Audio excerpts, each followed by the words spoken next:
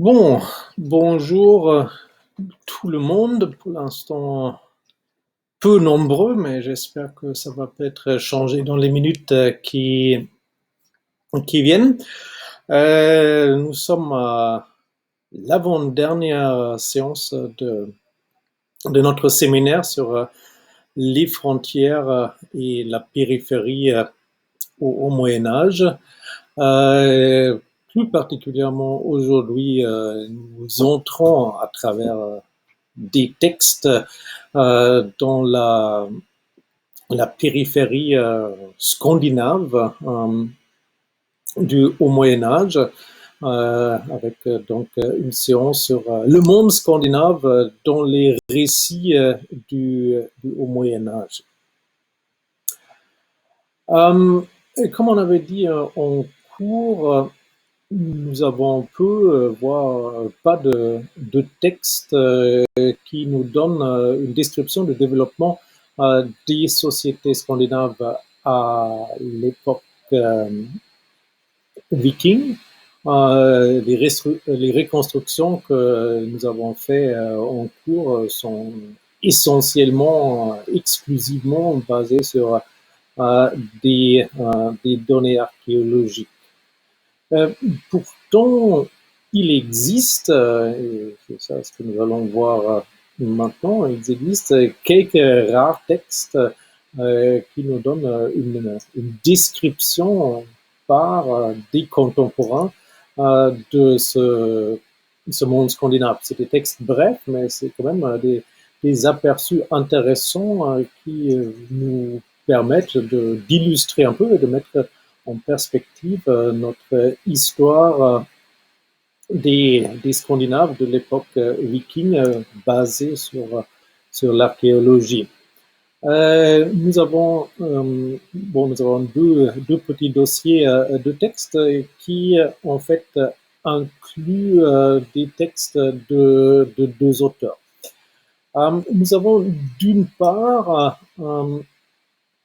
un texte anonyme sur les Scandinaves qui a été annexé au manuscrit des histoires de Rose produit sous le règne de Alfred le Grand, roi de Wessex, et plus tard de tous les anglo-saxons, tous les Anglais. Il y a sous Alfred une certaine renaissance de, de la vie intellectuelle en Angleterre. Faisant partie de cela, c'est la traduction en vieux anglais de quelques classiques de la littérature romaine et grecque. Et la traduction des histoires de Rose fait partie de cela. Mais ce n'est pas les histoires de Rose qui nous intéressent, mais ce qui nous intéresse, c'est deux petits documents qui sont annexés au manuscrit et qui semblent être des rapports de voyageurs et de marchands qui ont une connaissance personnelle du nouveau système de connexion maritime dans le nord de l'Europe, c'est-à-dire l'espace entre les îles britanniques, la Scandinavie et la mer Baltique. Donc, ça c'est l'une des sources que nous allons discuter. Qu'est-ce que nous pouvons tirer des récits de ces deux voyageurs Qu'est-ce que nous en pouvons tirer pour la description de l'espace et du fonctionnement de la société dans le nord de l'Europe. Euh, cette, ces récits anonymes affixés au manuscrit de Rose d'Alfred. Associé à cela, nous avons un rapport d'un voyageur arabe, bon, il n'est pas arabe en fait, mais un sujet du califat. Comment il s'appelle déjà?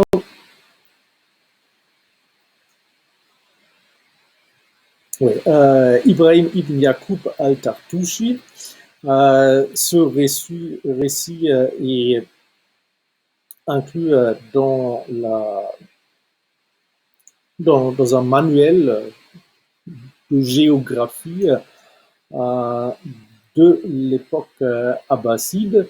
Et donc, avec Al-Tartouchi aussi, nous avons un récit de voyageurs, de marchands et voyageurs, qui nous donne un petit accès à la société scandinave, la société viking de, de l'époque. C'est différent des anonymes dans le manuscrit de Rose d'Alfred, parce que ici nous avons un point de vue extérieur. Donc nous avons un homme d'empire, du nouvel empire du califat, qui regarde cette périphérie scandinave bien exotique et bien étrange pour lui. Donc voilà, c'est, je pense, à peu près le maximum qu'on peut faire sur les Vikings sur la base des textes, parce que effectivement, nous n'avons pas beaucoup de textes contemporains, et donc il est sans doute intéressant d'exploiter au maximum les quelques lignes de textes, de description que nous avons. Bon, je pense que cela conclut mon introduction. Nos deux présentateurs aujourd'hui sont Josué Saint-Germain, qui, j'ai l'impression, n'est pas en ligne. Non. Notre deuxième présentatrice est Roselyne Cassamajor, qui, elle, est en ligne, donc avec nous, et à qui je donne donc la parole pour la première présentation. Madame Cassamajor, c'est à vous.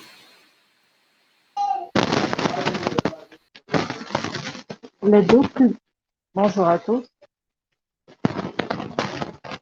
Vous m'entendez? Pour ma part, je vous entends, oui. D'accord. Ça, c'est les autres.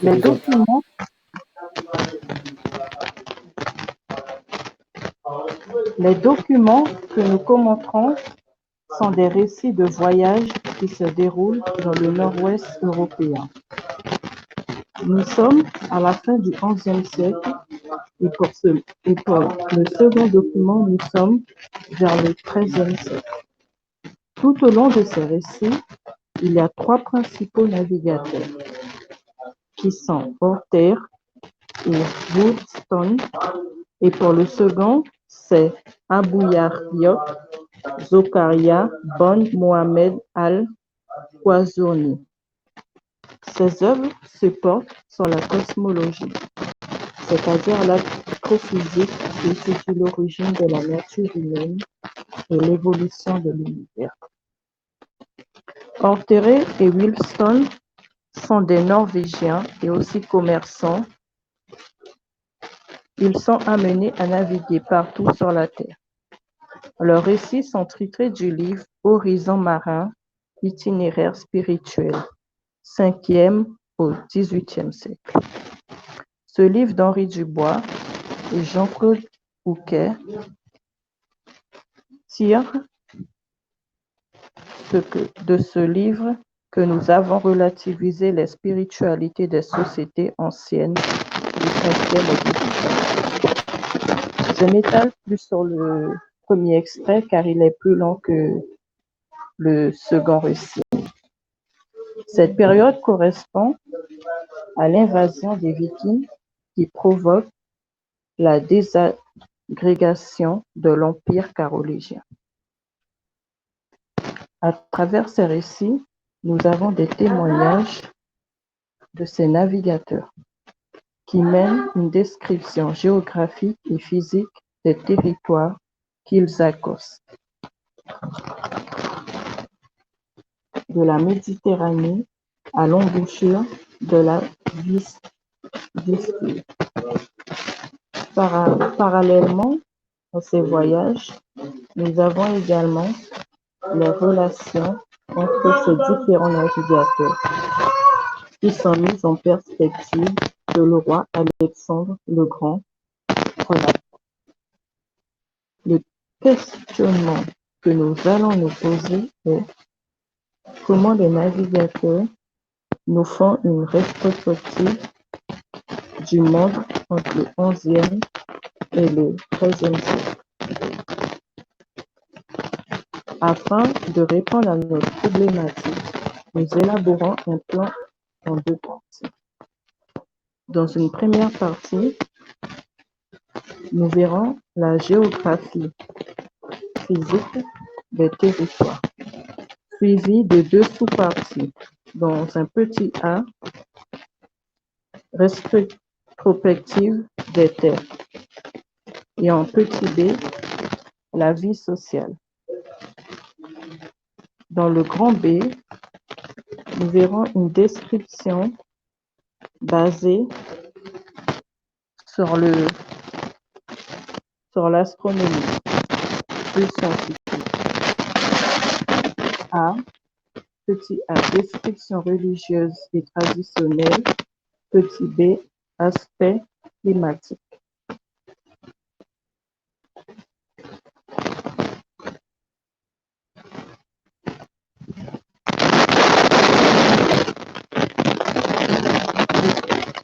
Nous sommes en Europe du Nord, en zone scandinave.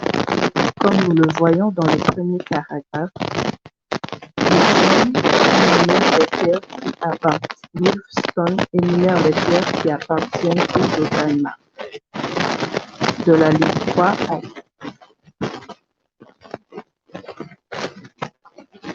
il avait le Wendland, pays des Wends, à trabord, et il avait le bâbord, le Langaland, le Falster, et toutes ces terres appartenaient au Danemark. On peut voir qu'on est en zone scandinave, dans le nord de l'Europe. Ils se rejoignent à la Vistule, un très grand fleuve.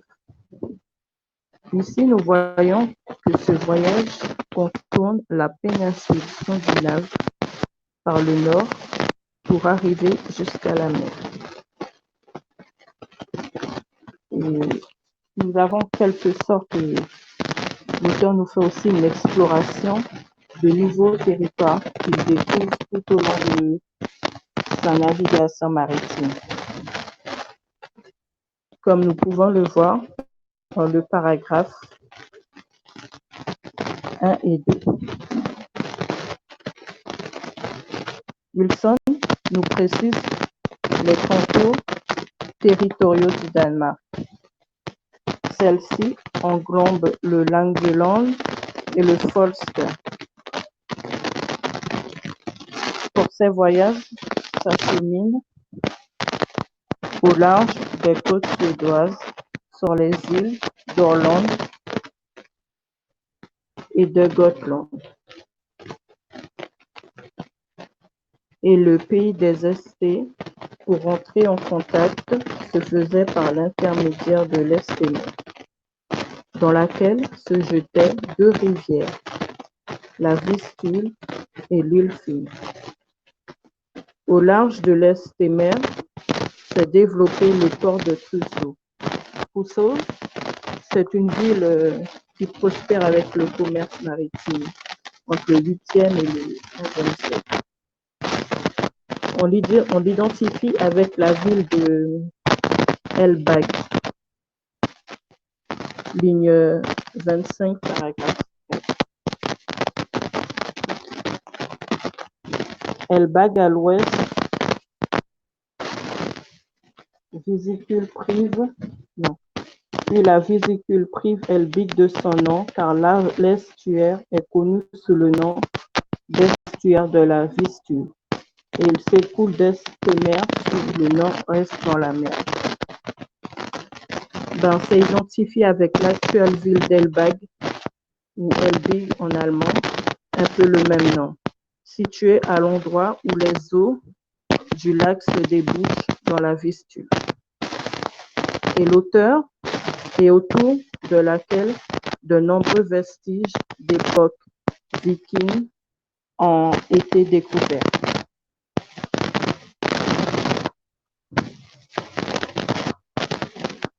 Nous allons passer à mon petit B qui s'intitule la vie sociale. Tout au long de ces voyages maritimes, Wolfson évoque aussi les coutumes culturelles et traditionnelles, notamment chez les ST, leur vie sociale et leurs coutumes funéraires. Un peuple avec des coutumes mortuaires distincts. Les ST sont des ancêtres des vieux Prussiens de la Prusse orientale. Ils furent l'un des premiers peuples baltes explicitement reconnus dans cette région. Et ils allaient garder longtemps l'originalité de leur culture et la puissance de ce peuple. Nous pouvons lire, par exemple, au paragraphe 5, la ligne 35.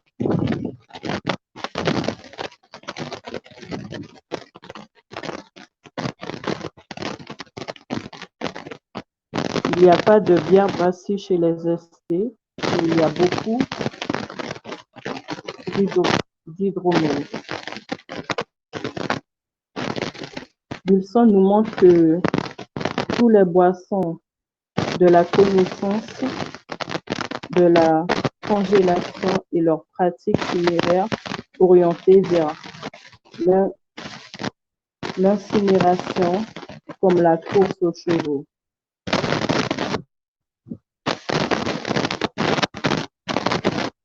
Jusqu'à la répartition des biens.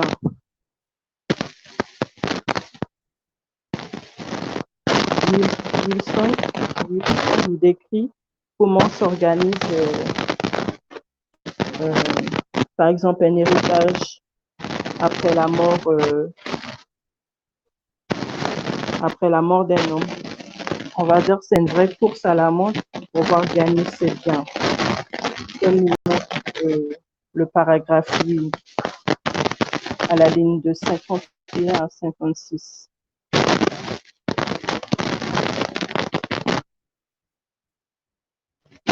Alors on installe le plus gros lot à environ 1 mille de l'établissement, puis le second, puis le troisième, de manière à ce que soit ainsi réparti à l'intérieur de ce seul mille, et que le plus petit lot soit installé au plus près de l'endroit où repose le défunt.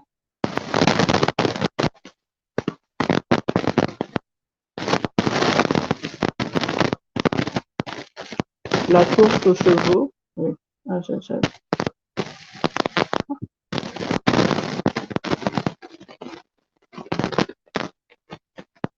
Et tout au long du paragraphe 9 aussi, nous pouvons lire de la ligne 57 à 62. Ce n'est pas son rapport avec certains rites sacrificiels observés chez d'autres peuples contemporains.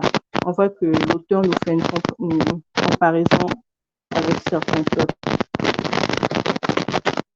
Mais ici, comme nous le voyons, ces sacrés ne sont pas mis à mort, peut-être grâce au rôle qu'ils jouent dans l'économie. Comme au paragraphe précédent, le paragraphe 5, ligne 30 à 35, il nous dit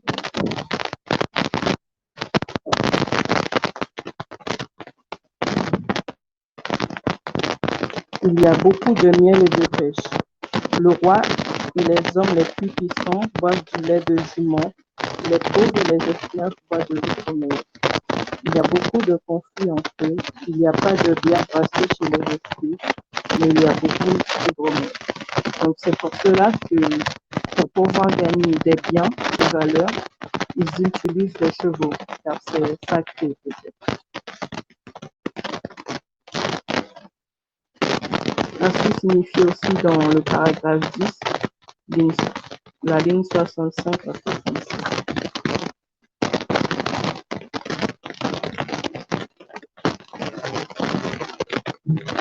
C'est pour ça que les chevaux rapides ont là-bas beaucoup de prix. Nous allons passer à mon petit B qui introduit les coutumes. La coutume chez les Esprits est particulière, car c'est un peuple fort et instruit. On peut le voir dans le paragraphe 8 avec de la ligne 80 à 83. Dans le paragraphe 13 de la ligne 80 à 83. Il existe parmi les Esprits une tribu capable de créer le froid, et c'est pour cette raison que les morts peuvent reposer si longtemps sans se décomposer, parce qu'il est bien de froid. Et si on leur amène deux vases remplis de bière ou d'eau, ils parviennent à faire geler l'un aussi bien que l'autre, que ce soit l'été ou l'hiver.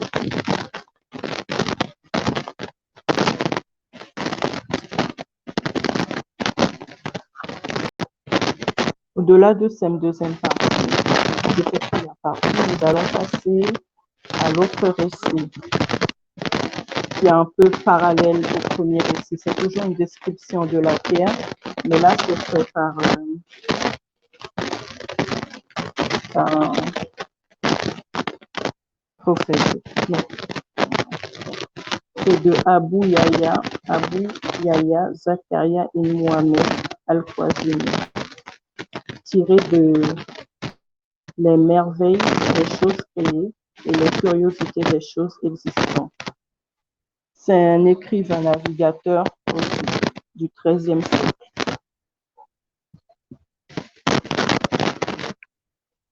Ici, dans la deuxième partie, concerne les aspects des choses créées dans une religion. L'auteur observe et décrit ce qu'il voit, comme dans la ligne 87, le paragraphe 1 de la ligne 87.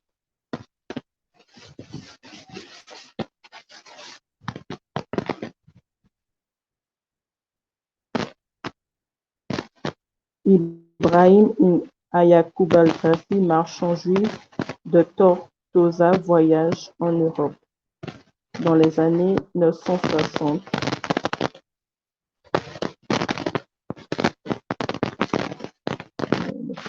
Dit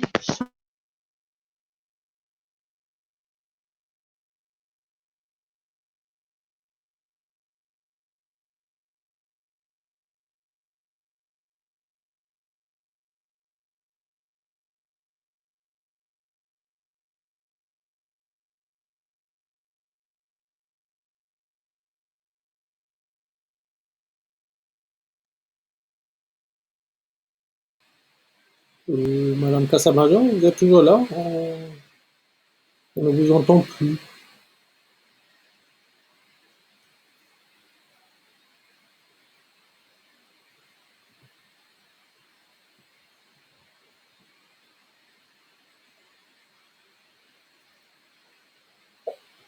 En tout cas, moi, je ne vous entends plus.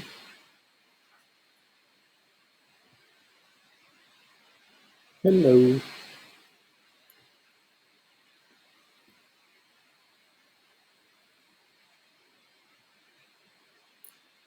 Ah, vous m'entendez, mais moi je vous entends plus du tout en fait.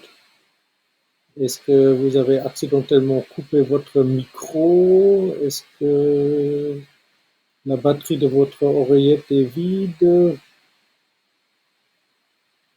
En tout cas, on n'a plus de son de vous ni d'image.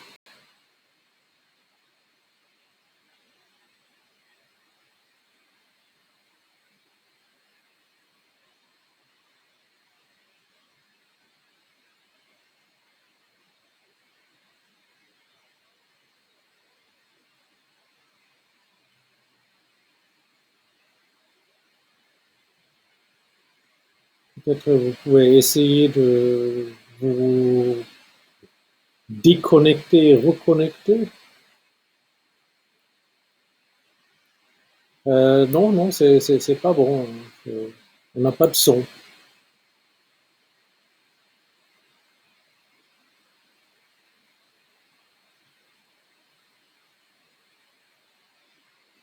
Ok.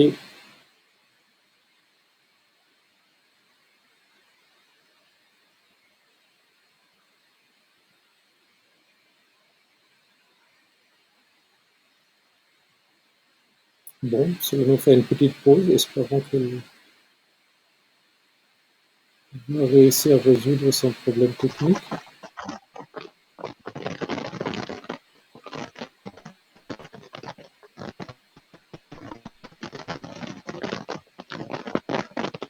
Madame Cassamajor, là on a du bruit de fond. Ça ne va pas durer très longtemps.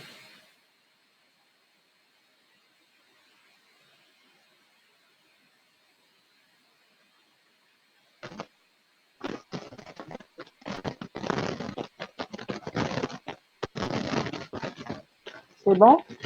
Oui, oui, oui. Bon, la qualité n'est pas super, mais on vous entend de nouveau. Donc, on vous a perdu sur le point où je pense que vous voulez faire la citation du voyageur qui va à Schleswig, Hedeby. Ah, d'accord. Ah, d'accord. Dans la deuxième partie concerne les aspects des choses créées dans une religion. L'auteur observe et décrit ce qu'il voit. Dans la ligne 87, dans le deuxième récit au paragraphe 1, nous lisons Yacoub al-Tarduzi, marchand juif de Tortosa, voyage en Europe. Dans les années 960, dit Sherwick Erdéby est une très grande ville située au bord de l'océan. Il y a des sources d'eau douce à l'intérieur. Les gens adorent Sirius. Sirius, comme je l'ai rappelé, c'est une étoile la plus brillante du ciel après le soleil. À l'exception de quelques-uns qui sont chrétiens, ils ont une église là-bas. Nous pouvons voir que dans ces merveilles, on voit que l'auteur aussi nous décrit des sacrilèges, comme dans la ligne 96 à 100.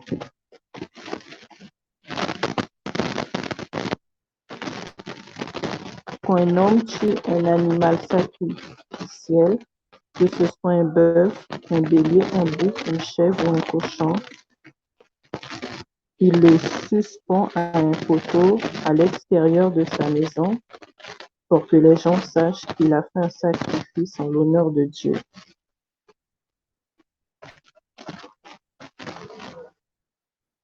Des populations qu'il rencontre et des rites coutumiers aussi.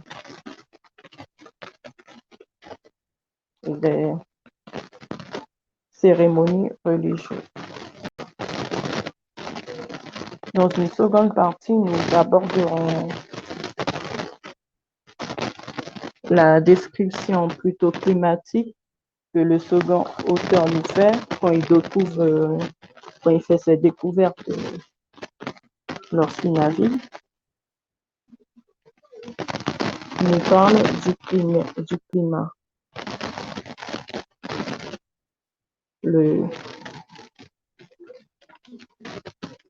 de la ligne 120 à 126.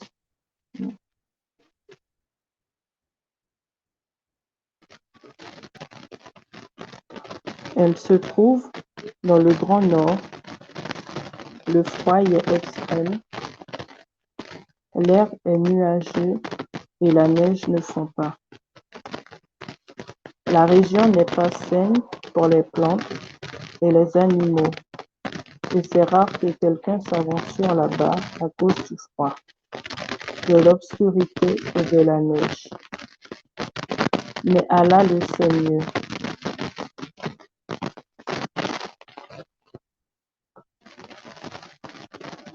Il pense ce qu'il voit, surtout dans le monde. Il décrit ce qu'il voit surtout dans le monde musulman. On voit qu'il a traversé des siècles.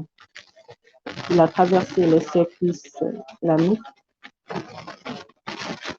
et a fait un tour d'horizon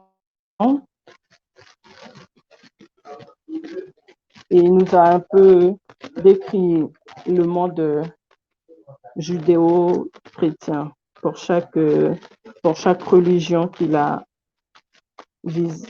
abordé, qu'il a accosté.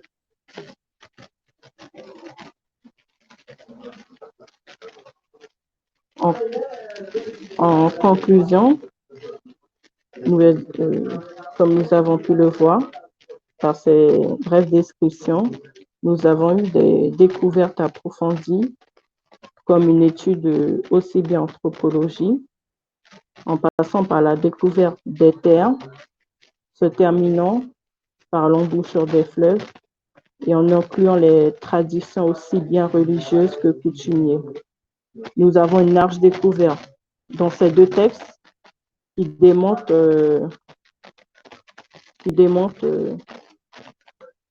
nous démontrons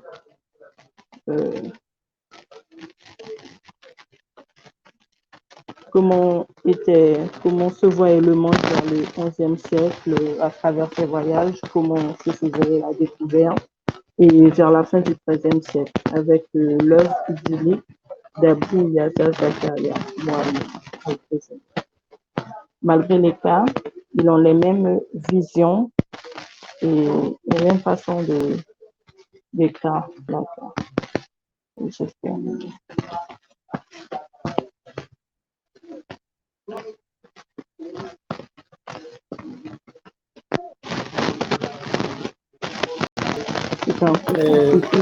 Pardon, ça conclut la présentation? Oui.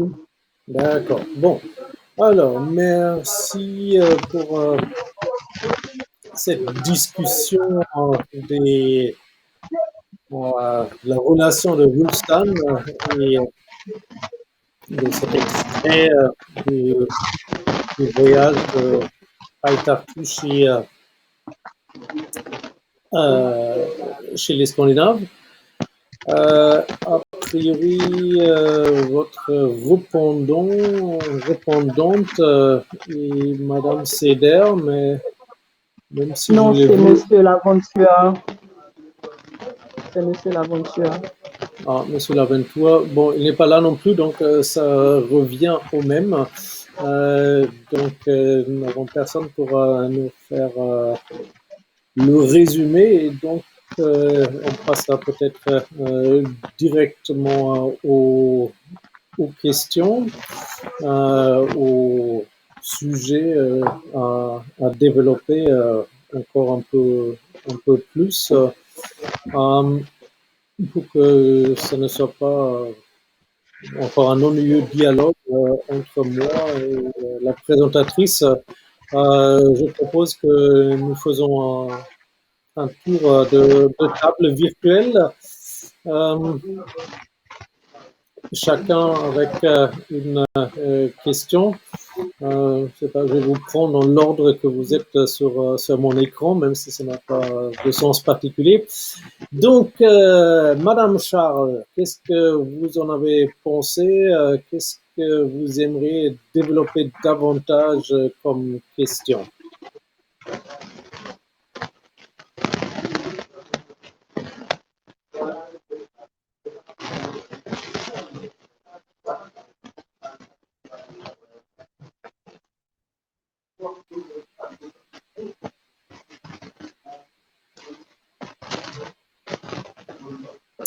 Bon, apparemment, Madame Charles dit qu'elle veut poser aucune question.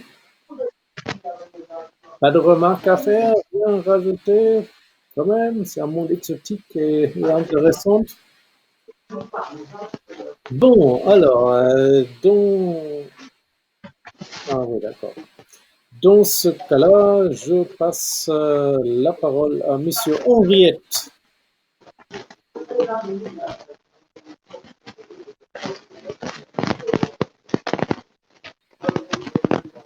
Qui promptement se déconnecte. Est-ce qu'il nous laisse... Ah non, il est de retour. Monsieur Henriette, vous êtes avec nous. Et surtout, vous avez quelque chose à demander, à rajouter, des précisions. Excusez-moi, monsieur, je me suis déconnecté sans faire pas exprès. Ouais, d'accord. Donc, Et vous j'ai êtes pas de là. remarques parce que j'ai pas trop entendu. Ah bon, personne n'a entendu. Si. Bon, la Enfin, palette... ça crache un peu, donc Ah j'ai eu des d'accord. difficultés à entendre correctement. C'est vrai. Bon, donc pas de remarques de vous non plus. Ce qui nous laisse Madame Elasme. Madame Elasme.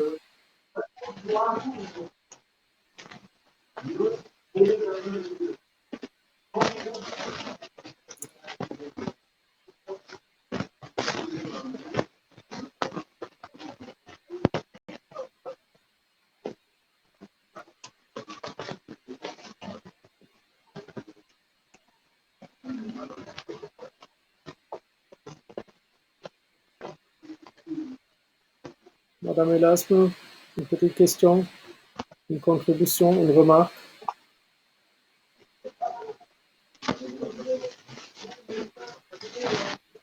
Non, non plus. Bon, alors, donc ce cas-là, ça sera à moi de lancer la discussion. Au départ, Wulfstan, quand il commence le voyage, donc il fait le récit, il quitte Hedeby, aussi appelé Haitabu, Athedum, etc., etc. Beaucoup de noms possibles. Est-ce que vous pourrez dire quelques mots sur le rôle de Hedeby dans les réseaux de commerce dans le nord de l'Europe à l'époque viking, s'il vous plaît? De Hedeby.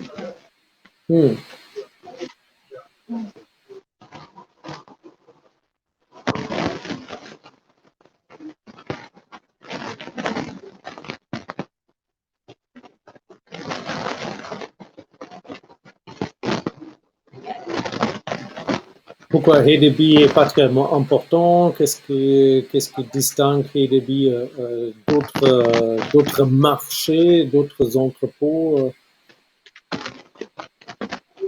Ben, je pense que c'est aussi une grande ville commerciale, je pense. Ouais, bon, ça déplace un peu la question. Donc, pourquoi Hedeby est devenue si grande?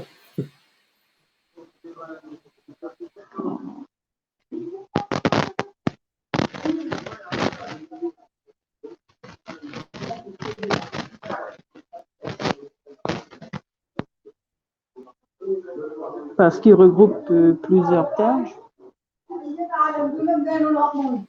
Ouais, bon, il faut développer cette idée un peu.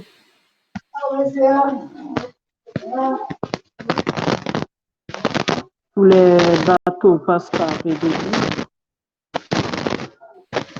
Oui, certes, les bateaux. C'est une zone d'échange.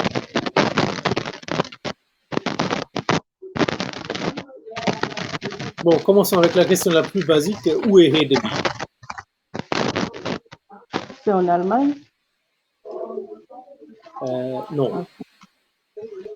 Ou je ne sais pas, actuellement, non, ça m'étonnerait.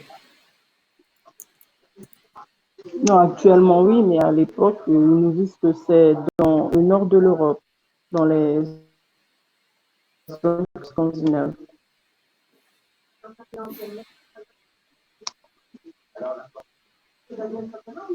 Ah oui, effectivement, Hedeby en Allemagne actuelle, mais bon, d'accord. Mais c'est quand même dans, comment dire, dans l'espace plutôt danois, Scandinaves. même si c'est dans l'extrême nord de l'Allemagne actuelle, mais on s'en fout des frontières politiques actuelles. Et donc, Hedeby est quelque part entre la mer du Nord et la mer Baltique, Oui, n'est-ce pas? oui. Et donc, pourquoi cela est avantageux et pourquoi cela contribue à l'essor de Hedeby et à la croissance de la ville.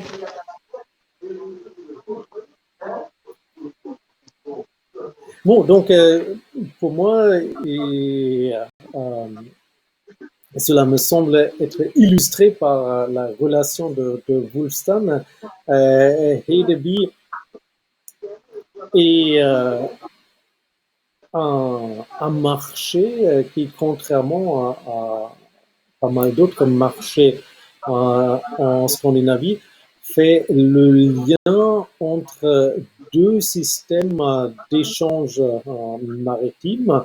Le système de la mer du Nord, d'une part, donc, qui relie la Scandinavie avec les îles britanniques et le nord-ouest du continent européen. Et de l'autre côté, Hedeby fait partie aussi du réseau des échanges qui se développe autour de la mer Baltique, donc entre les Danois, les Suédois et les divers peuples slaves de l'Est de la mer Baltique. Donc, en comparaison avec d'autres ports, Hedeby a l'avantage d'être au carrefour de ces deux systèmes et représentant ainsi un lieu de rencontre entre des marchands et des voyageurs de plus de différents types que d'autres centres scandinaves de l'époque viking. Donc, c'est pour ça aussi que le voyage de Wulfstan commence là, commence au centre d'un double système maritime pour explorer, et donc ça c'est le contenu, comme vous avez dit très justement, pour explorer la mer Baltique. Bon, je pense qu'il n'y a pas trop de choses à dire sur le récit des différentes parties, îles, etc., danoises que Wulfstan fait. Mais nous devons peut-être nous attarder un peu sur les Est. Cette Estland qui est très grande et possède de nombreux villages fortifiés, etc., etc. Dans chacun des villages, il y a un roi. Qu'est-ce qui caractérise les Est pour Wulfstan et qu'est-ce qui distingue les Est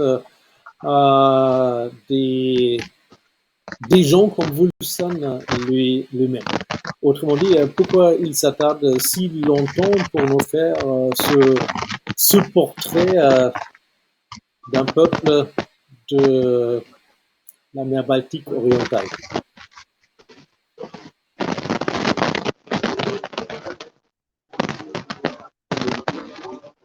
Oh.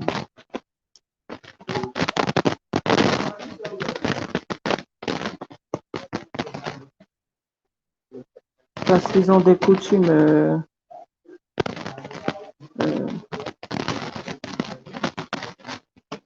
Ils comparent les coutumes des Est avec ceux des périodes contemporaines, comme on dit.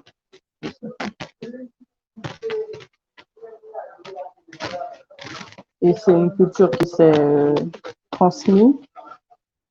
Et c'est un peuple puissant, donc je pense que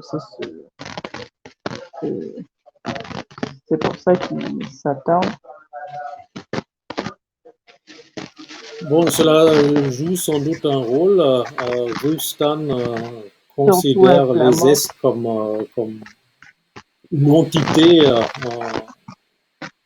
importante, puissante, mais c'est peut-être pas seulement ça.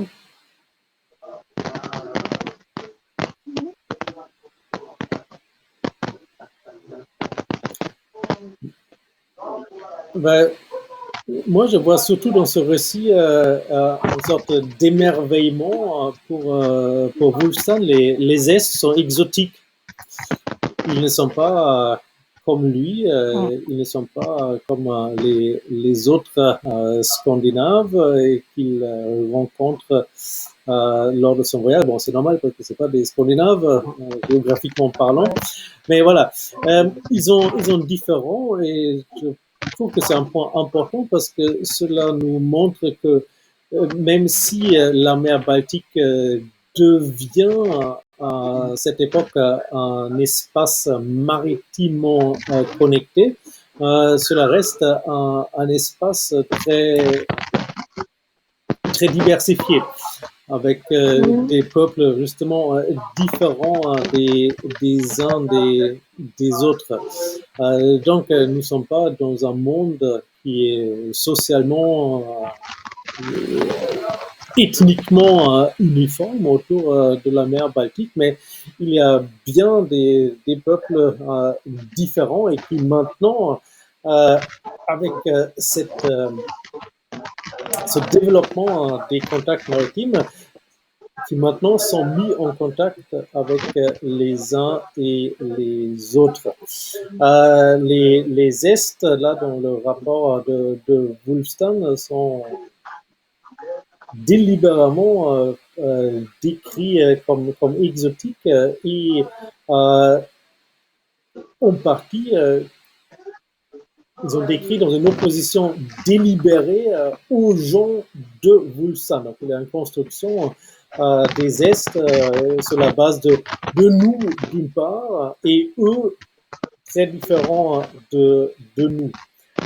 Et qu'est-ce qui marque par exemple les Est comme exotiques et comme différents et même en opposition aux Scandinaves?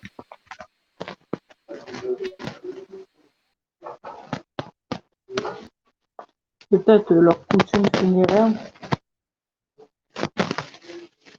Il y a beaucoup de miel et de pêche.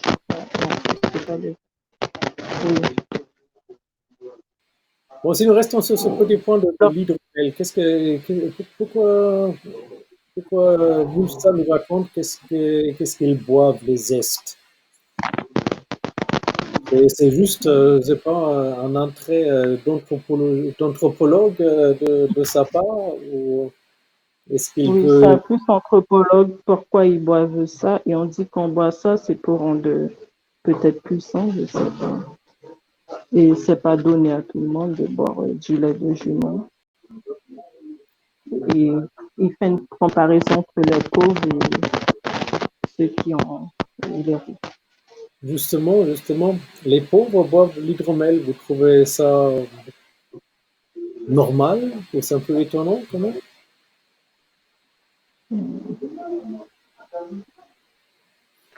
Ceux qui boivent de l'hydromel, non, Il y a beaucoup de sucre à l'époque? parce qu'il y avait beaucoup de sucre. Non, il n'y avait pas beaucoup de sucre.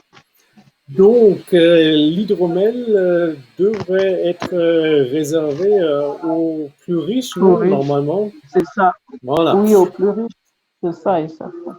En revanche, ici, donc, c'est les pauvres qui boivent l'hydromel et les riches riches se contentent de lait.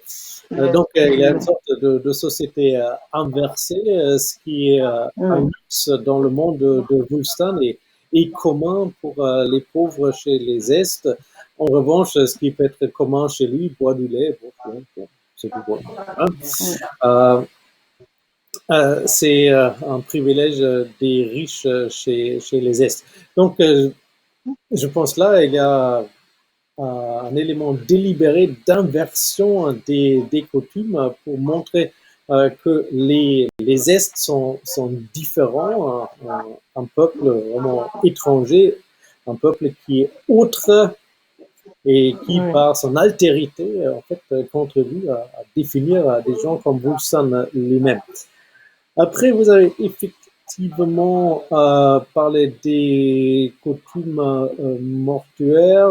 Bon, voilà, on expose le mort avant de le brûler, donc ça fait bien exotique aussi. Mais surtout, il y a cette cérémonie de la distribution de l'héritage qu'il nous décrit. Bon, admettons que ça soit vrai, donc ça se passe vraiment comme ça. On distribue l'héritage d'un membre de l'élite, d'un petit roi en lots qui sont distribués en fonction des résultats d'une course à cheval. Qu'est-ce que cela nous montre sur la structuration de la société chez les Est?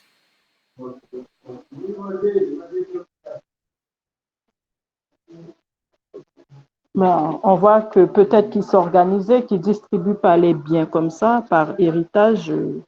Il faut d'abord passer par des étapes comme la course à cheval, et on nous dit que le cheval, il est sacré. C'est comme un lot qu'ils vont gagner. Donc, c'est ça que je vois. Oui. Bon, je sais pas. Moi, je vois d'une part qu'il y a une société qui est déjà structurée d'une façon hiérarchique.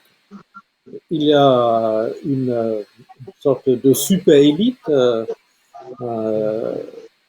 donc ceux qui ont des héritages suffisamment importants pour alimenter cette compétition. Nous avons deuxièmement une élite qui a les moyens d'acheter et d'entretenir un cheval, décrit ici comme bien de prestige. Et ensuite, bon, nous avons tous les autres. Donc, même chez les Est, peuple exotique pour notre narrateur, il y a une société qui n'est plus égalitaire ou quelque chose de ce genre, mais nous avons une société qui est clairement marquée par une division en trois parties.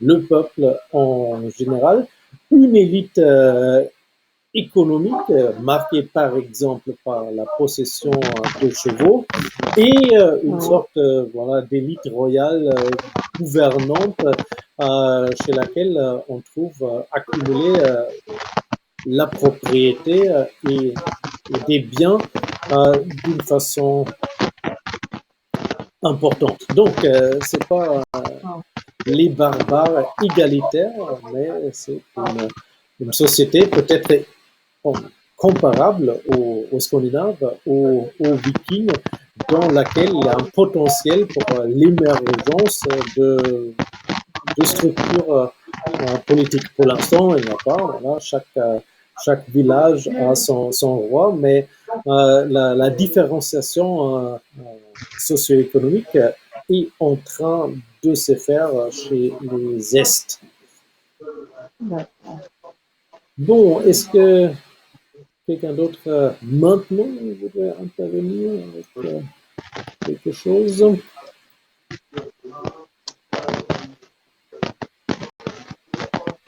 Donc, monsieur, la course aux chevaux, c'est que les riches qui le font, c'est pas pour tous les Est.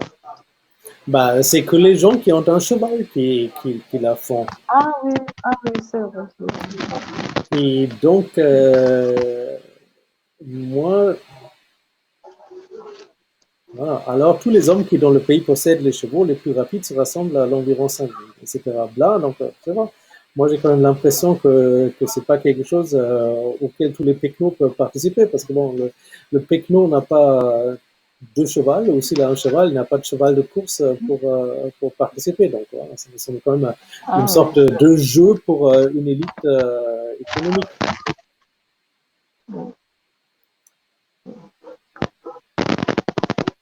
Bon, alors, quittons les Est et retournons à Hedeby, cette fois avec Ibrahim Al-Tartouchi, Ibrahim de Tortosa. La première observation à faire ici, c'est déjà, il y a un voyageur de la péninsule ibérique qui arrive jusqu'à Hedeby. Donc, en fait, dans ce que j'ai dit tout à l'heure, j'ai sous-estimé le rayon de Hedeby que j'avais décrit comme le lien entre un système de la mer du Nord et de la mer Baltique. En fait, voilà, il faut en rajouter un accès aussi au monde méditerranéen. On ne sait pas comment elle est arrivée là, mais bon, peu importe. Le point reste quand même qu'il y a un voyageur commerçant de la péninsule ibérique et qui fait du commerce avec le double système du Nord à Hedeby. Donc peut-être le plus intéressant même du récit de Ibrahim Al-Tartouchi, c'est le plus basique. Ibrahim Al-Tartouchi a été à Hedeby, ce qui n'est peut-être pas immédiatement évident.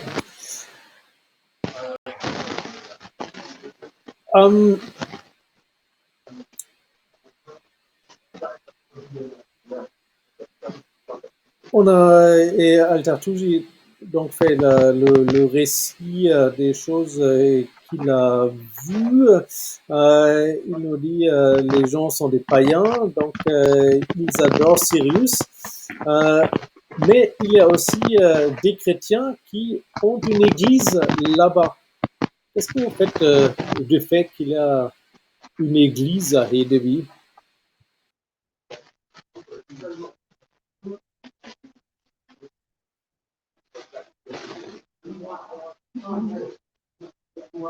Donc, que le début, c'est peut-être une ville chrétienne.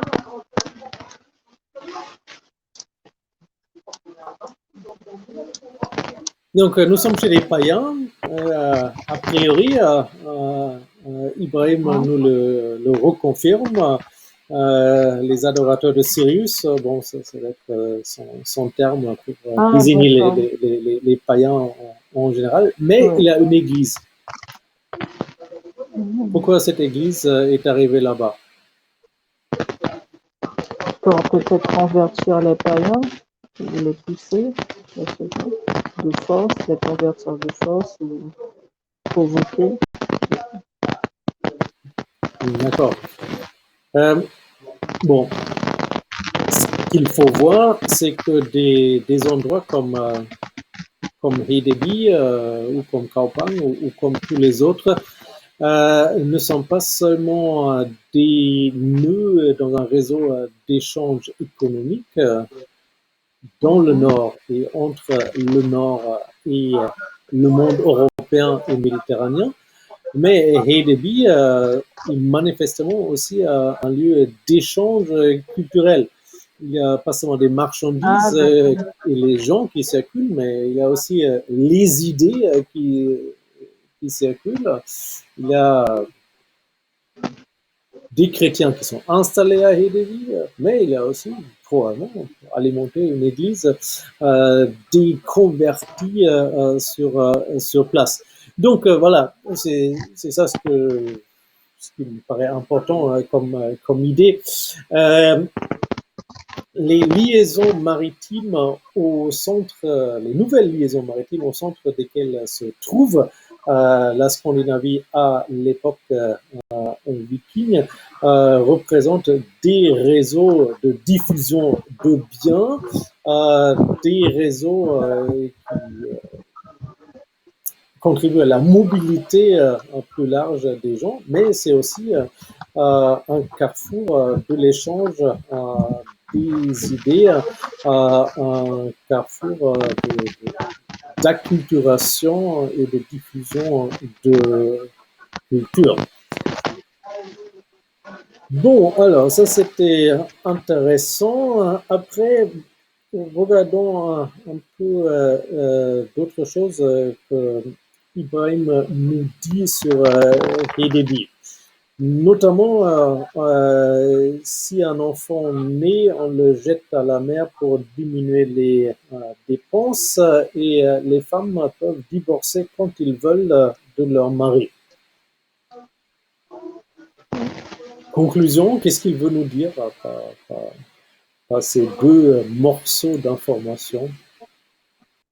Peut-être que les femmes ont un grand pouvoir là-bas. Elles ne sont pas stigmatisées, je sais pas. Soit elles n'ont pas d'argent, ou elles jouent un grand rôle. L'homme n'a pas. Voilà, ça c'est une possibilité. C'est une société dans laquelle les femmes ont plus de statut peut-être que dans d'autres sociétés de la même époque, et c'est pour ça que Ibrahim trouve cela remarquable. Tout à fait possible, mais on peut aussi proposer une autre solution. Ibrahim nous décrit une société qui est opposée à la sienne.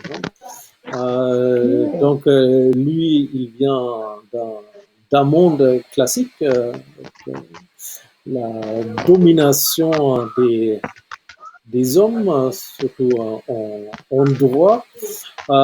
Les gens de Hedebi, c'est des gens exotiques qui sont à l'opposé de sa civilisation à lui. Et donc, chez eux, c'est le monde à l'envers. C'est les femmes qui divorcent quand elles veulent.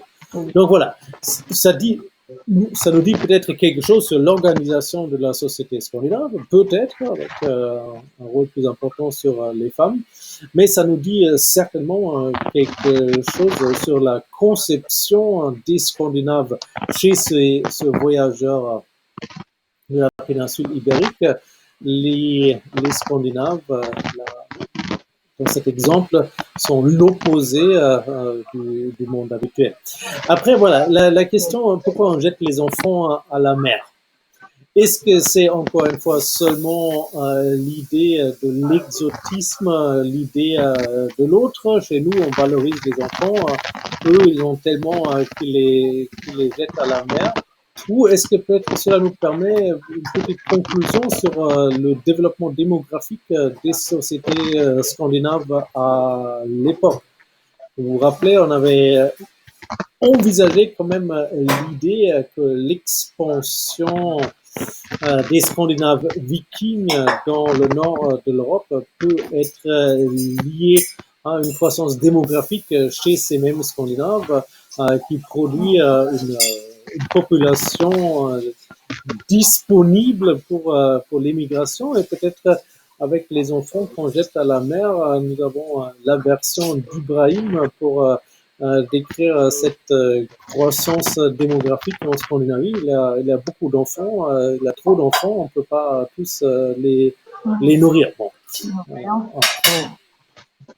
Donc, si on veut, on peut prendre ça comme un élément qui confirmerait et qui contribue au moins à l'idée de la croissance démographique dans le Nord.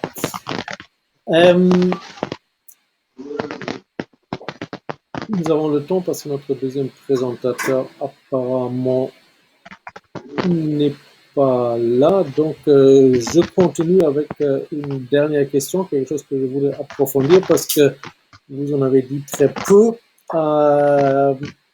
L'extrait du climat 7, du chapitre 7, un autre morceau sur pour l'extrême nord. Et déjà, Varennes, c'est où? Est-ce que vous avez bien situé ça Non, j'ai géographiquement? pas trouvé, mais je pense que c'est très au nord. Pas tellement, c'est plutôt très à l'est. Donc, avec Varennes, nous parlons des installations vikings en Russie. Ah, d'accord. Donc, effectivement, l'idée de l'exotisme joue aussi beaucoup dans ce récit. Voilà, il fait froid, il neige. La neige ne fond pas. C'est pas que notre géographe ne connaît pas la neige, mais voilà, c'est un endroit vraiment exotique où la neige ne fond pas.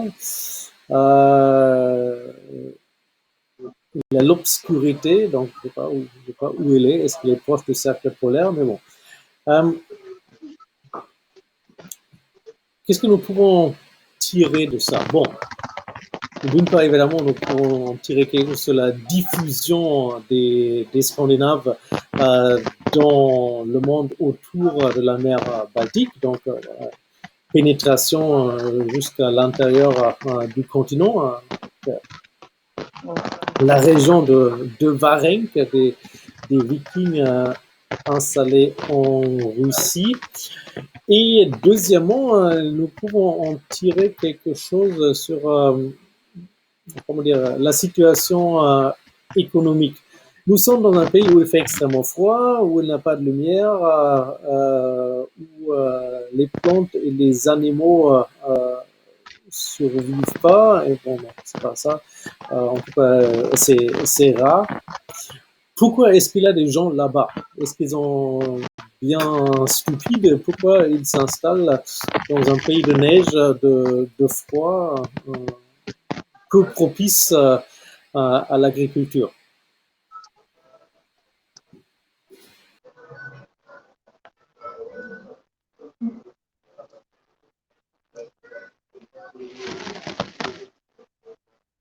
Peut-être c'est une zone riche commercialement, je sais. Oui, c'est ça. Donc, D'accord. c'est... Pardon, oui. Oui, oui.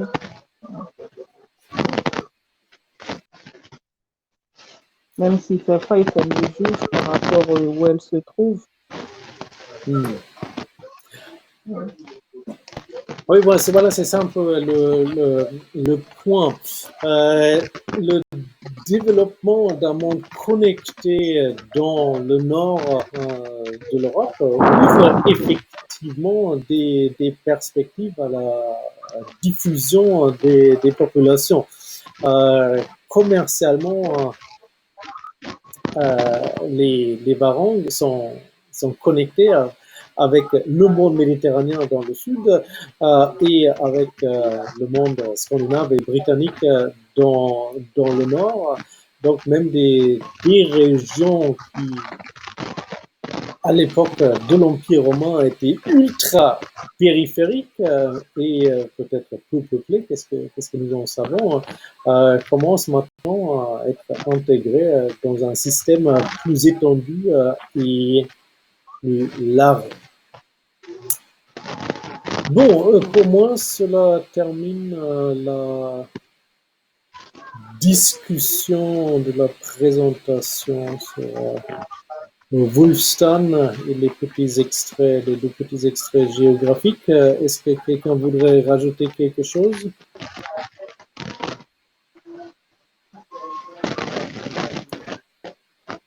Non. Bon, en absence de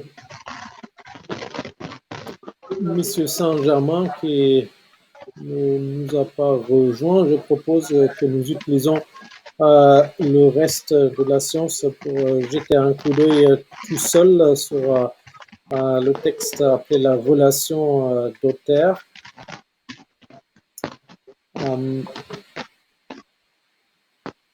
Madame Cassamajor, il y a pas mal de bruit de fond chez vous. Pendant que vous ne parlez pas, est-ce que vous pouvez couper votre micro, s'il vous plaît? D'accord. Ok, voilà, c'est plus tranquille maintenant dans mes oreilles. Alors, notre deuxième texte, auteur fait son rapport au roi Alfred et il dit déjà d'où il vient.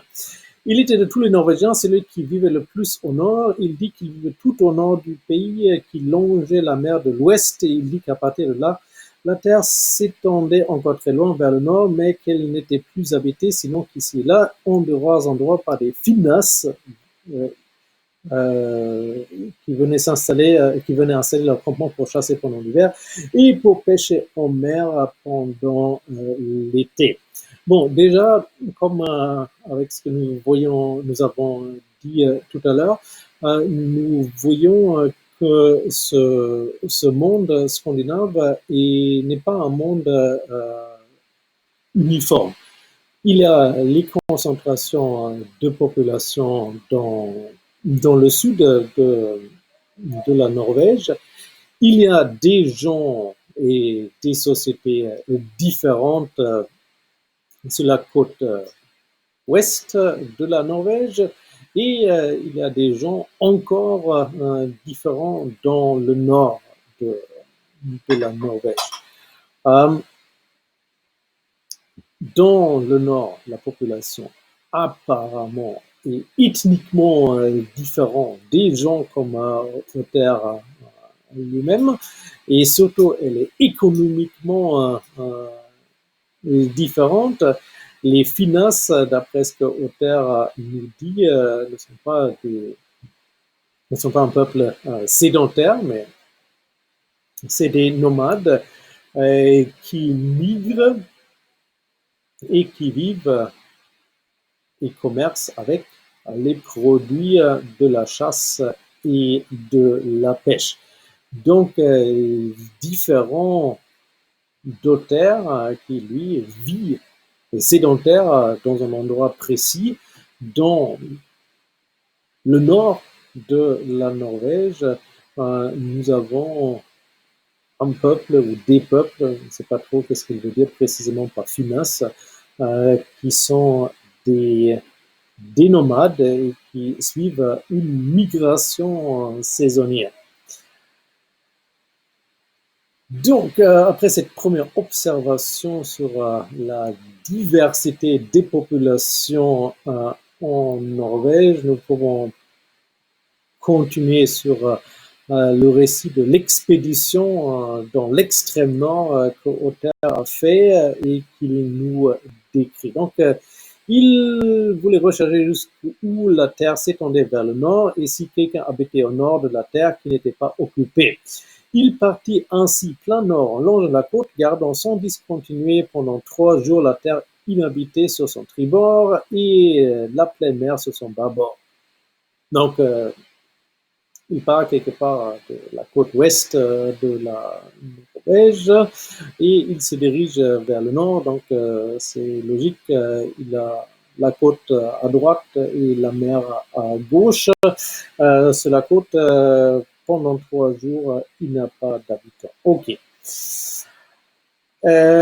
Ainsi parvint-il aussi loin vers le nord qu'allaient les chasseurs de baleines. Pendant les 3 jours qui suivirent, il continua de faire voile vers le nord aussi loin qu'il le put. Alors la côte bifurqua vers l'est, à moins qu'un bras de mer s'insinuât dans la terre.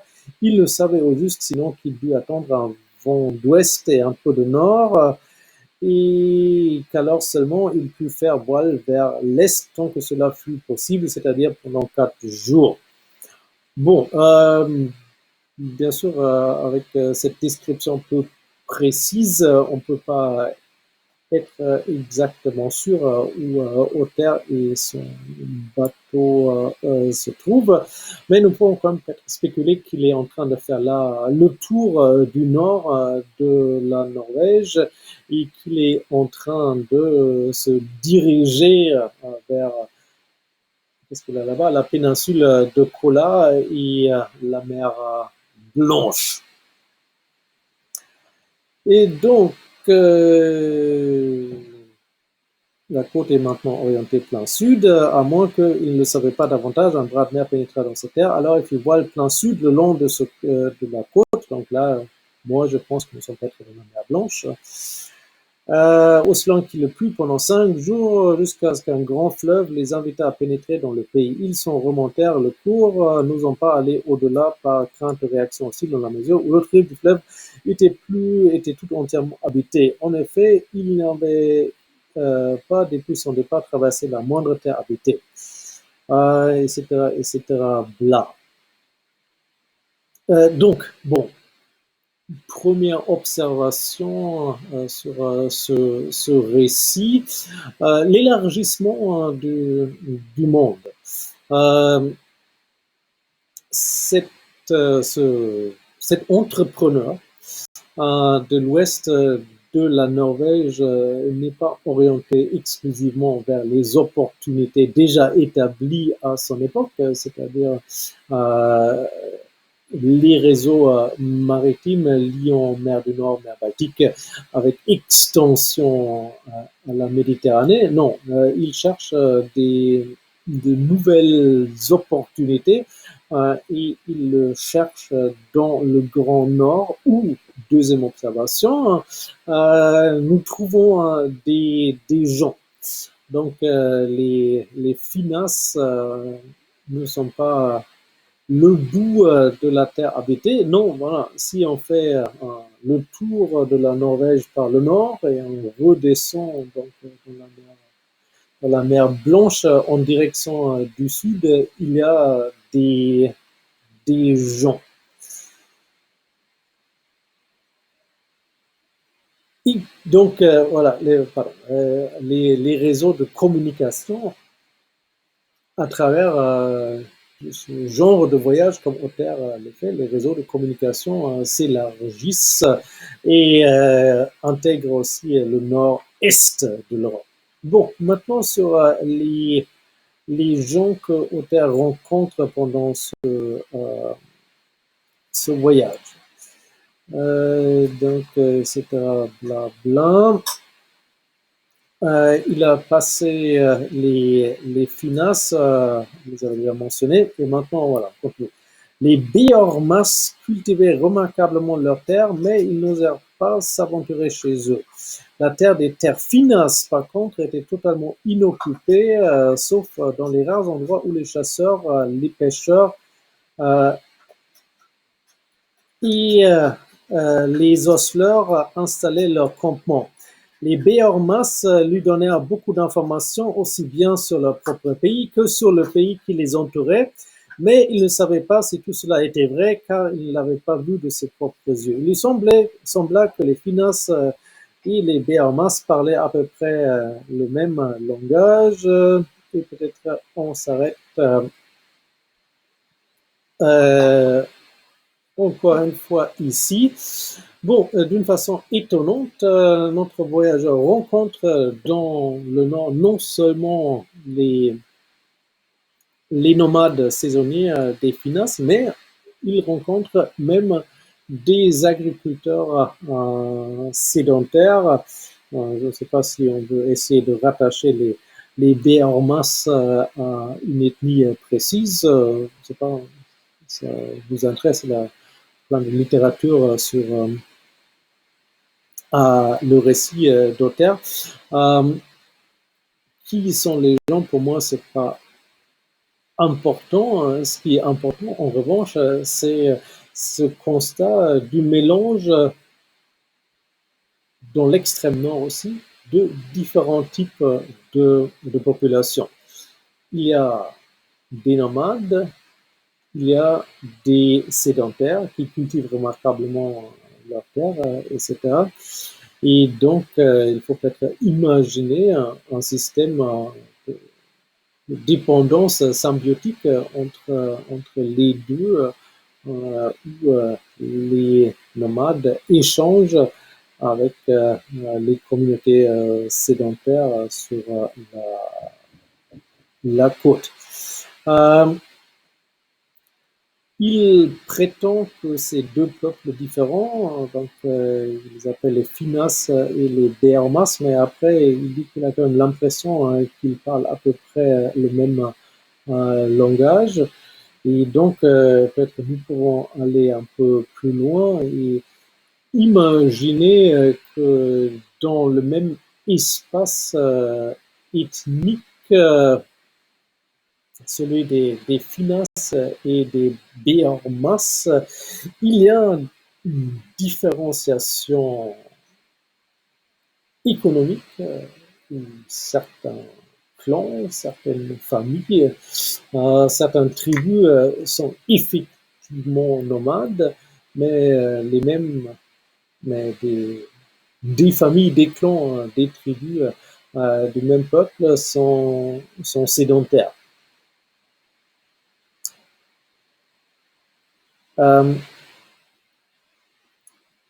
Malgré l'extrême éloignement de ces peuples dans le nord de la Norvège, le récit d'Other montre par la suite que c'est pas des gens qui sont nécessairement pauvres. Ils sont justement, par le développement des réseaux à l'époque viking, maintenant intégrés dans un commerce international, entre guillemets, un commerce international avec des biens de prestige qui sont recherchés au-delà de la mer et qui amènent sans doute une prospérité supplémentaire dans ce système d'échange entre les sédentaires d'une part et les nomades d'autre part. Le produit phare, d'après Other, de l'extrême nord, c'est la baleine cheval, autrement dit, ce sont les morses, sources d'ivoire alternative à l'ivoire de l'Afrique. En plus des morses, il y a aussi la baleine classique. Bon, pour nous, la baleine tout court, très grande taille et présente en grand nombre. Other dit qu'on va tuer 60 en 2 jours, tous les produits qui en découlent. Alors, bon, qu'est-ce que nous voyons ici? Bon, nous voyons ici l'ouverture de marché. La chasse aux morses et aux baleines était sans doute traditionnelle au nord de la Norvège, avec des peuples qui dépendent de cela. Mais maintenant, cette économie de subsistance, de survivance sur la base de ce que la mer peut fournir, devient une économie de marché où les produits locaux de la chasse sont recherchés sur des marchés de longue distance et vendus par des marchands communautaires. Marchand, d'ailleurs, c'est beaucoup dire. Nous voyons dans cette partie que c'est un mec vraiment polyvalent. Non seulement il transporte des choses, comme l'ivoire des morses dont il fait cadeau à Alfred, mais il participe personnellement à la chasse de la baleine. Et donc voilà, le point était intégration, en fait, création d'un marché pour les produits de la chasse maritime de l'extrême nord du Norvège, création d'un marché qui établit pour la première fois un lien d'échange entre le nord de la Norvège et la mer du Nord. Alors, après, prochaine partie du récit, nous avons des informations sur Otter lui-même. Il est un homme très riche, on sait bien qui chez lui détermine la richesse, c'est-à-dire en animaux sauvages. Au moment de partir voir le roi, il en avait 600 apprivoisés et non encore vendus. Ces animaux, il les appelait des reines. 6 d'entre eux étaient des reines à part. Ils étaient très appréciés par les finances qui les utilisaient pour capturer des reines sauvages. Bon, premier petit point, nous sommes donc ici dans un monde où la transition entre une agriculture sédentaire et une agriculture nomade est fluide. Hein. Il y a des rennes sauvages, mais il y a aussi déjà des rennes qui sont domestiquées, donc qui doivent être rattachées d'une façon ou d'une autre à un propriétaire qui bouge peut-être relativement peu. C'est pour ça qu'il a besoin de ces rennes à part pour faire venir les rennes sauvages. Bon, ça c'était un point mineur. Continuons. Il comptait parmi les hommes les plus importants de son pays, bien qu'il n'eût que 20 bœufs, 20 moutons et 20 porcs, et que le peu qu'il labourait, il le laboura avec des chevaux. Mais leur richesse provient surtout des tribus que leur payent les finances. Ce tribut consistait en peaux d'animaux, en plumes d'oiseaux, en os de baleine, etc., blabla, beaucoup de choses. Chacun paye selon son rang. Un homme du plus haut rang doit verser 15 pots de, etc., etc. Euh, euh, euh,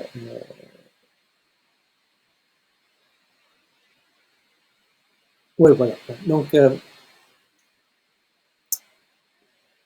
alors, d'une part, nous voyons que le monde scandinave est différent du monde des anglo-saxons. Otter est, par sa propre description, un membre de l'élite économique, sociale et peut-être aussi politique de son pays. Pourtant, en termes de richesse compréhensible par un propriétaire foncier anglo-saxon, Otter est un homme pauvre. Il a peu d'animaux, 20 bœufs, 20 moutons, pas grand-chose. Donc, il fait partie d'une élite économique selon des modalités différentes du monde des anglo-saxons. Il n'est pas un grand propriétaire foncier, illustré par le faible nombre d'animaux qu'il possède. Il doit être riche autrement. Et nous savons comment il est riche d'autrement déjà en partie. Il est riche en tant que petit propriétaire par les activités de commerce dans la mer du Nord avec des expéditions, des explorations qui vont loin. Mais maintenant, deuxième élément de richesse, et c'est pour ça que je parlais d'élite politique, pas seulement d'élite économique et sociale, Otter reçoit de tribus de la part des finances, donc de ces nomades de l'intérieur de la Norvège. Ces finances, nous apprenons ici, ne sont pas des sauvages égalitaires non plus. Comme chez les Est, dans l'autre relation, nous pouvons observer l'existence d'une hiérarchie sociale. Il y a, comme on se dit dans le texte,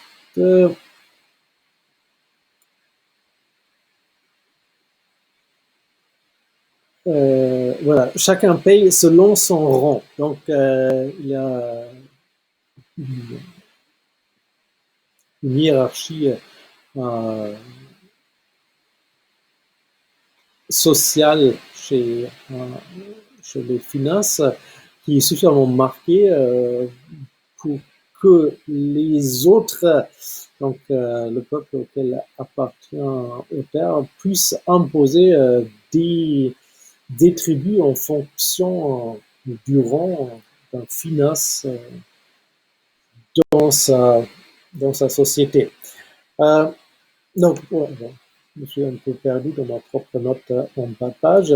Le point principal était plutôt que des gens comme Uther représentent donc une élite politique en Norvège dans le sens qu'il y a des peuples nomades qui sont politiquement soumis à eux et qui payent un tribut. Donc peut-être nous pouvons voir ici une certaine dichotomie entre les communautés côtières avec accès à la mer, accès au commerce international, accès à l'enrichissement, et de l'autre côté, des communautés de l'intérieur qui, d'une part, sont plutôt nomades que sédentaires, et qui, d'autre part, ont accès au marché international uniquement à travers la médiation par les Scandinaves de la côte. Et c'est peut-être ce contrôle qui donne aux Scandinaves de la côte, comme Uther, le pouvoir politique d'imposer des tribus aux finances de l'intérieur. Bon, on ne sait pas si c'est exactement des tribus, ça, on peut imaginer ça aussi comme une sorte de taxe de marché. Le grand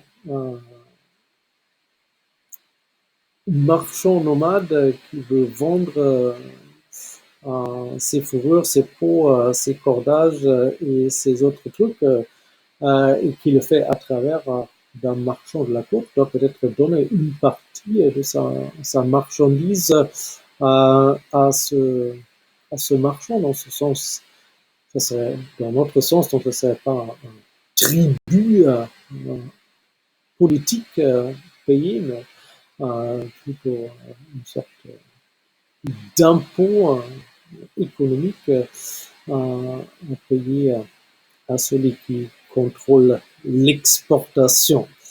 Bon, donc, résumons. Même quelqu'un du nord-ouest de la Norvège, comme Uther, n'est pas pauvre par rapport aux Norvégiens du sud, qui est plus densément peuplé, parce qu'il vit dans un monde où, en tant que quelqu'un ayant accès au commerce maritime, il est dans une position privilégiée qui lui permet d'exploiter d'exploiter les ressources maritimes, mais d'exploiter aussi les nomades de type de finance pour lequel des Norvégiens comme lui représentent le moyen d'accès au nouveau marché international. Et donc, continuons un peu dans notre texte. Bon, après la description géographique de la Norvège, elle est longue et étroite, elle est plus large dans le sud que dans le nord. Effectivement, cela correspond à la réalité. Les seules plaines vraiment cultivables en Norvège se trouvent dans le sud. Sur la côte, nous avons au mieux une mince bande côtière avant les montagnes. Donc, bon, ça, c'est pas particulièrement intéressant. La seule chose qui peut être intéressant dans ce passage, c'est pourquoi Alfred et les anglo-saxons trouvent ça intéressant. La recherche du savoir et de nouvelles connaissances. Donc, etc. Bla, donc, description des peuples, il y a la bande côtière de la Norvège, il y a les montagnes de l'intérieur, si on traverse les montagnes, on arrive chez les Suédois. Bon, nous savons tout ça, on voit dans une carte, nous. Plus intéressant, après la description du réseau commercial que Otter a fait. Otter dit que la région qu'il habitait s'appelait Helgoland, il dit que personne n'habitait plus au nord que lui. Mais il y a un port au sud du pays qu'on appelle Skirringisheel, peut-être Kaupang, c'est pas absolument évident à identifier. Il dit qu'à la voile, on pouvait y arriver en un mois pourvu qu'on campe pas la nuit et qu'on eût chaque jour un vent favorable. Il fallait tout au long de la route longer la côte. À tribord, on laissait d'abord l'Irlande, donc l'Irlande, puis les îles qui se trouvaient entre l'Irlande et cette terre, là c'est l'Angleterre, enfin cette terre jusqu'à ce qu'on arrive à Skirringisheel, et tout au long de la route, on garde la Norvège à bâbord. Donc, alors, la côte ouest de la Norvège, même la côte nord-ouest de la Norvège, est reliée au centre d'échange de la Scandinavie du Sud. Et l'attrait de ces marchés va loin parce que, comme Otter nous dit, il faut tout un mois de navigation pour arriver de chez lui jusqu'à Skirringisheel. Donc, Skirringisheel n'est pas un marché local ou régional, c'est bien un marché international qui est fréquenté par des marchands importants, capables de monter des expéditions de longue durée, à moins de trajet quand même. Donc là, avec Skirringisheel, nous sommes dans le sud de la Norvège, et de là, il y a une nouvelle ouverture, Otter nous dit, au sud de Skirringisheel, une très grande mer s'enfonce dans la terre. Elle est si large qu'on ne peut voir qu'une rive à l'autre. De l'autre côté s'étend le Gotland et ensuite le Sealand. Jusqu'à cette terre, la mer s'étend sur plusieurs centaines de milles. Donc la mer en question étant bien sûr la mer Baltique. Donc, le sud de la Norvège, comme Hedeby, peut-être un peu moins, mais quand même, le sud de la Norvège et des ports comme Skirringisheel servent aussi à faire un lien de communication, un lien d'échange commerciaux entre la mer du Nord, d'une part, et la mer Baltique, d'autre part.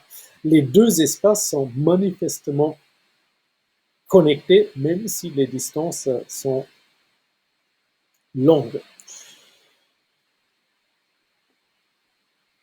Après, le récit se conclut sur les détails de ce lien. En fait, Skirringisheel n'est pas un port baltique, bon, ça nous le savons bien, mais on nous explique comment ça fonctionne. Le Skirringisheel, il dit qu'il faisait voile pendant 5 jours jusqu'au port qu'on appelle Edhetum, donc Hedeby encore une fois, qui se trouve entre les Vendes et les Saxons et les Ongles, et il appartient aux Danois. Tandis que venant de Skirringisheel, il faisait voile vers ce port pendant 3 jours. Il avait à bâbord le Denamerk, bon, etc. Blabla, et autre chose. Donc, pourquoi je trouve ça intéressant? Je trouve ça intéressant parce que nous n'avons pas un système là dans le Nord avec des marchés isolés où les marchands de différentes régions se rassemblent, mais nous avons des marchés qui sont organisés en réseau entre eux. Hedeby et Skirringisheel, peut-être Kaupang. Donc, forme un axe avec des échanges importants entre les deux ports et les extensions vers le nord et vers l'est de chacun de ces ports. Donc, nous sommes dans un monde où les marchés, les comptoirs comme Hedeby ou comme Spearing this Hill deviennent des nœuds d'un réseau qui construit un nouveau type d'ensemble géographique et voilà, monde viking et aussi d'être d'un ensemble politique dans le nord de l'Europe. Un ensemble qui se construit moins par la conquête spectaculaire, les Vikings qui débarquent en Angleterre, c'est le sujet de notre dernière séance. Donc un monde qui se construit moins par des conquêtes et des invasions, mais un monde qui se construit à travers l'émergence de marchés qui mettent en contact les populations diverses de la Scandinavie et qui, à leur tour, deviennent des nœuds d'un réseau large en Scandinavie. Bon, donc c'est ça ce que je pense que nous pouvons tirer de la relation d'auteur. J'ai perdu une partie du public entre-temps. Bon, on va regarder le replay sur YouTube, mais il me reste deux interlocuteurs potentiels. Est-ce que vous avez des questions sur ce que je viens de dire, des remarques, des objections? Dites-moi que c'est de la merde et que j'ai mal lu le texte.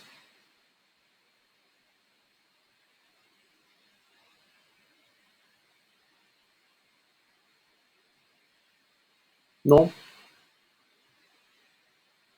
D'accord. Bon, alors, il n'y a pas de questions.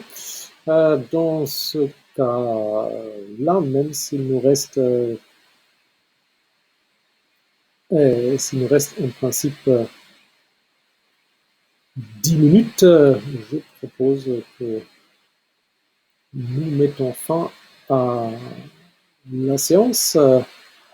Merci d'avoir été là, merci d'avoir présenté. Nous nous retrouvons pour la dernière séance de ce séminaire la semaine prochaine.